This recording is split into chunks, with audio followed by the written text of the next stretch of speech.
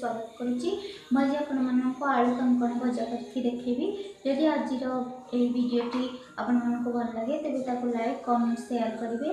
आदि ये नुआ नुआ भिडियो देखापी चाहूँगे तो मो चैनल को सब्सक्राइब करेंगे। आसतु देखिए मुझे कौन सब नहीं किसी कांकण को चोपा छड़ेकी एमती लंबा साइज काटी देती आउ गोटे आलू को भी ये काटी लंबा लंबा करके नहीं फुटण तेल स्वाद अनुसार लुण हाफ चम्मच काश्मीर रेड चिली पाउडर धनिया पाउडर सब मुझे हाफ चम्मच लेखा नहीं जीरा पाउडर गरम मसला किसी भजा जीरा लंका गुंड आउ हाफ चम्मच हलदी गुंड।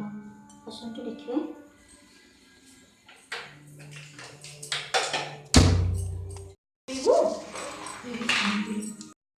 तेल दे दूची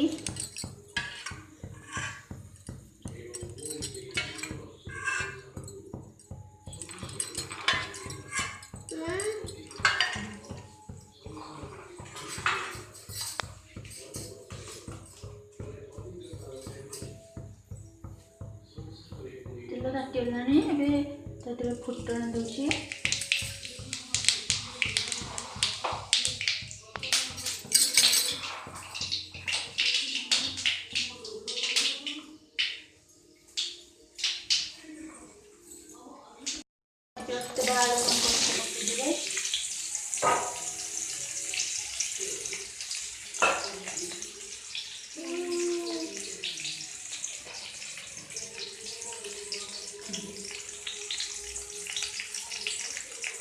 केवल भजा जीरा लंका गुंड को छाड़ी सब मसला पकईदे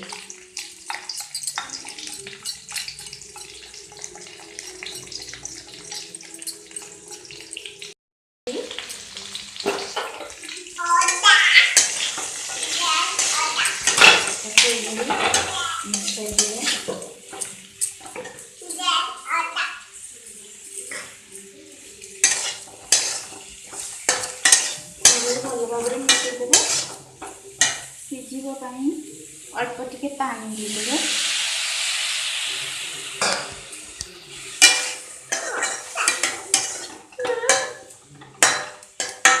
तारपरे कवरटी को देके किसी समय छाड़देवे। पात्र पानी देती किसी भजा जीरा लंका गुंडा टिके गोल देवे